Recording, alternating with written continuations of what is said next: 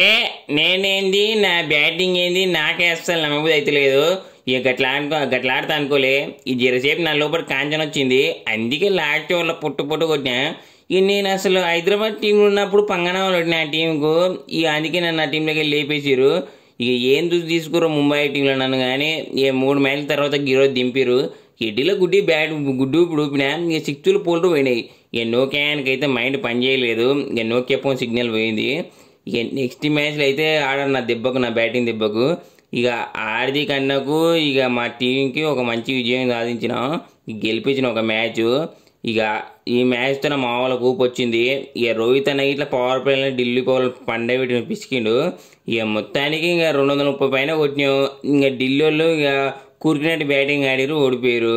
ఇక ఏం చెప్తాం, ఇక రోజు అయితే ఊరుకోయేటప్పుడు చెప్తాం గుడ్ బై.